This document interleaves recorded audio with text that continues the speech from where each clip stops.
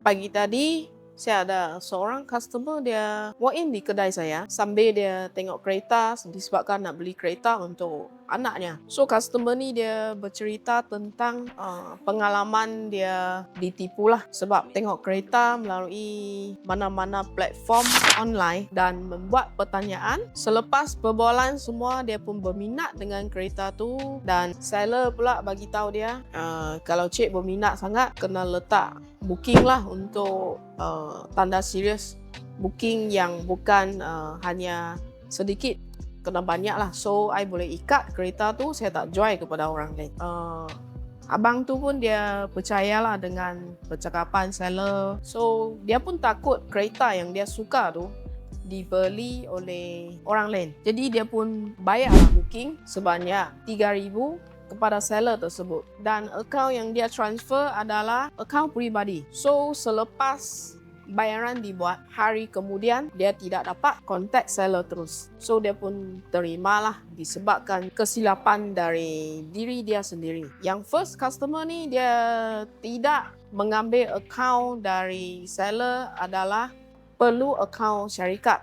Apabila kita buat setengah booking pun, kalau akaun atas nama syarikat ni, kita boleh cek location lagi, boleh tahu lokasi di mana dan boleh buat panggilan kepada syarikat tersebut, sahkan adakah seller yang kita nak deal tu adakah wujud di syarikat tersebut. Dua perkara ni yang abang tu tak buat menyebabkan kerugian sedikit lah. So apa yang saya cerita sampai sini, adakah Aing ni tidak pernah kena tipu juga? Ada juga.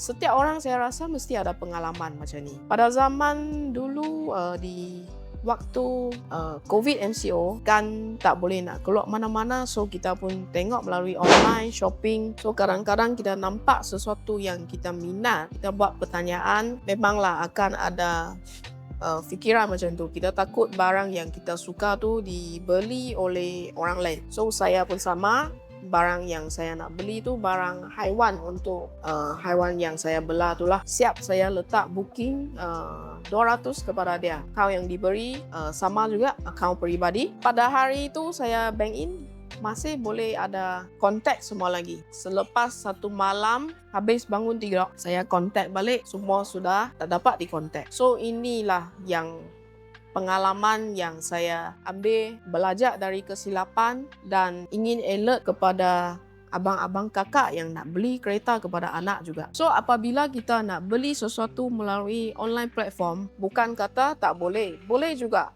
Cuma kita kena pastikan akaun yang diberi adalah akaun syarikat dan syarikat yang ada wujud. Anda ada apa pengalaman tentang kena ditipu semasa membeli kereta kah, barang kah di online? Boleh sharing kepada saya. Saya Aing, gadis Yuska Utara dari Bundi.